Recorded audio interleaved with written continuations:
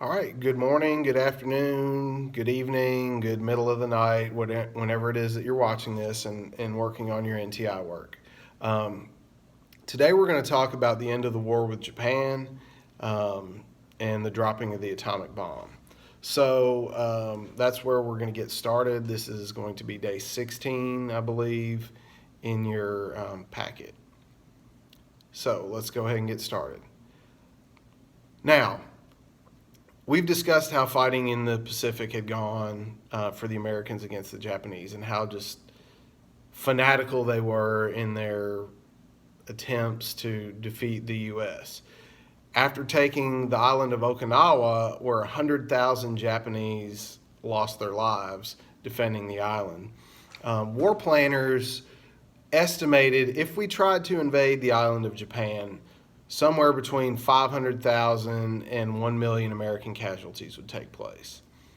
And throughout all this fighting, for every American that was killed, you could count on 9 to 10 Japanese dying. So we're talking 5 to 10 million Japanese dying or being killed or wounded if we do this. So President Truman is left with a choice. Do we do this and have the catastrophic losses of life that these planners thought were going to happen, or if there's another option, do we use that? After Roosevelt died, Harry Truman takes his place. Harry Truman was the vice president for Roosevelt's fourth term, and the day he found out about the atomic bomb was the day that Roosevelt died. It was so top secret that he didn't know about it as the vice president. What's kind of scary is Joseph Stalin knew about it before Truman did, okay, because he had spies all over the place. All right. But Truman finds out about this, and now he has a decision to make. Do we use the atomic bomb, or do we possibly lose 500,000 to a million American lives? Okay. So think about it. Would you have done that? What would you have done? Okay, because Truman's going to be criticized pretty harshly for his decisions. Okay. The building of the atomic bomb was given the code name the Manhattan Project.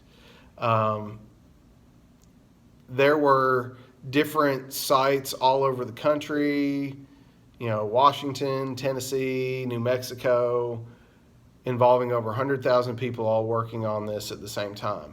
Now, each site was doing something different, and no one really knew what they were working on, but it was all added together to make this.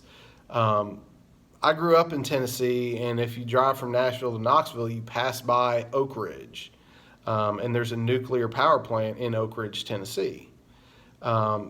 Basically, these little towns were built by the U.S. Army and put out in the middle of nowhere, and everything a person would need, homes for their families, movie theaters, restaurants, churches, stores, grocery stores, everything that they needed to survive was put in that town. And you were there, you worked, you didn't go anywhere else because you had everything that you needed. So it was so top secret, they basically built a town and put everything everyone needed there to keep them there so they didn't have anywhere else to go, so they couldn't spill the information that spill the information that these people that spies were after. Okay, but spies found out about it anyway. The bombs cost about $2 billion, which would be about $26 billion today, and 3 of them were made. Okay, the first one was tested at Alamogordo, New Mexico, and when it exploded, it left a crater that was 12,000 feet wide, which would basically be 4 football fields in length, laying end to end. That's how big of a crater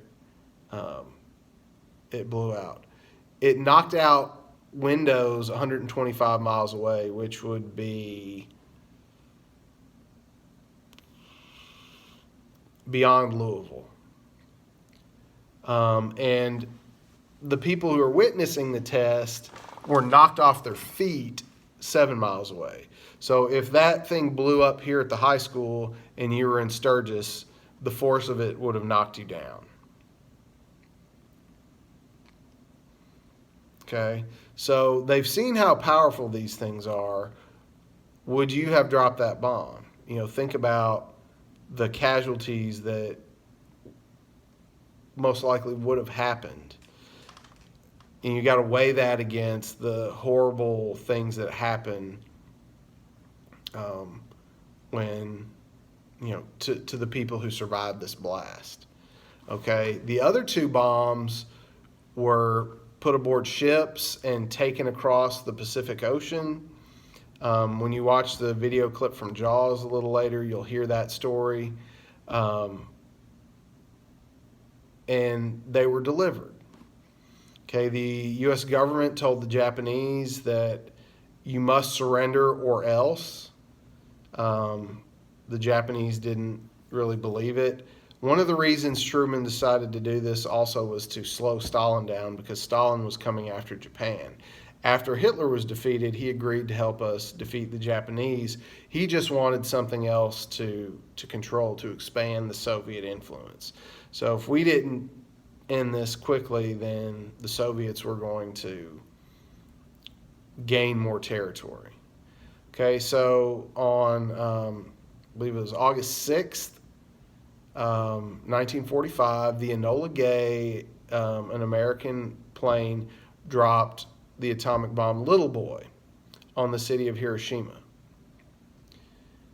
3 days later, on August 9th, after not receiving an unconditional surrender, we dropped Fat Man, which was the name of the third atomic bomb, on Nagasaki.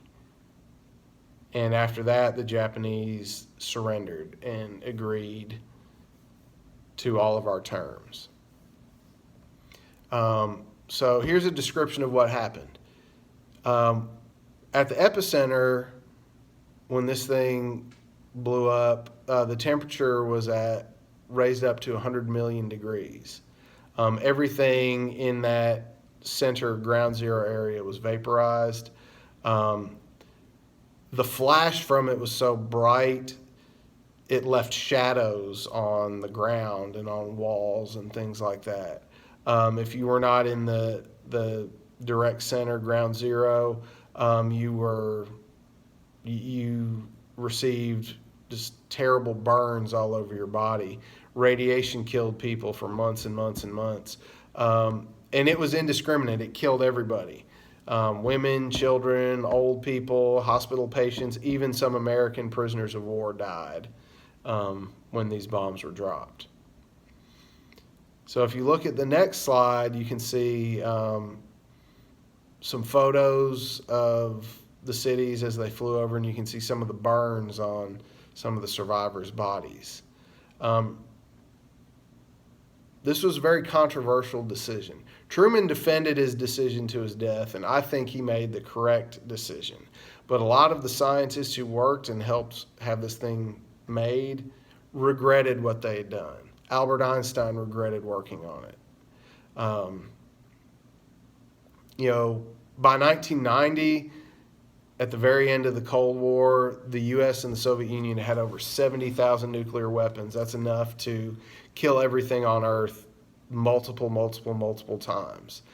Since then, they've reduced the amount that they have, but other countries have developed it. On the slide, it says at least 7 other nations have developed nuclear weapons, and others are working on them. We know now that North Korea has some nuclear capability because they have tested. Other countries around the world have agreed to no longer test these things. But America has them, Russia, Britain, France, Israel, India, Pakistan, and North Korea I think, are the 8. Iran has been working on them. There are other countries that are working on them as well, but they have not developed them yet. So the more countries that have them and the more people that have access to them, the more likelihood there is that these things could happen. All right, if you look through, you can kind of see the remnants of the city of Hiroshima where these bombs were dropped. And, as you go through these pictures, a little bit more is left. But, this first one with like a couple of trees and some holes in the ground, that was close to ground zero. If you go out, there's, it looks like school buses or taxis and the remains of some buildings, a lot of garbage. If you go further out, there's more that is left, but most everything is destroyed and flattened. Here's the shadows on the ground. You can see that the flash of light left. You can see this little lunchbox and the food that was in it. I think it was rice and boiled peas were like carbonized. So the little girl who had these was not found, but her lunchbox was found under a wall that had fallen from the blast. These are the binoculars that belonged to a soldier who was about to leave the hospital. The only reason they know it was him is they found a towel in his hand with his name on it. The rest of him was just left as a skeleton. There were some survivors tried to remain in the area and continue with life, but I don't know how they could have done that. Lots of sick people from the radiation, lots of physical and emotional damage done. You can see, what happened to some of these people. They underwent plastic surgery, which helped, but you can kind of see what the burns and the radiation did to some of these people. You can think about, I guess there's no right answer, but, I just want you to think, was the dropping of the bombs justified? America is the only country that has ever used these type of weapons against someone else. Other countries have them. Other countries have tested them, but they've all been in unpopulated areas of the earth. They did a lot out in the ocean, in the Pacific, during the 50s and 60s, on uninhabited islands or out on an old ship in the middle of the ocean. The questions you're going to answer today are actually on the worksheet. I've given you a video. It's probably like 5-6 minutes long to watch on YouTube. It's a clip from the movie Jaws, which talks about the delivery of one of the atomic bombs by the USS Indianapolis. That's a pretty interesting story. And then there's a website I want you to go to, which I've given you the web address for it. And it basically allows you to put in where a bomb would be dropped and what type of either atomic, hydrogen, or nuclear bomb, different types, and it will tell you the casualty numbers. So there's some questions about that I want you to look around on and kind of play around with, and just kind of look. And you'll see there's a huge difference between what was used by the Americans with the atomic bomb and what is actually out there today. And it's kind of scary to watch. But I hope you learn a little bit of something about this. The Japanese unconditionally surrender, and the war is now over. So have a good day, and I will see you next time.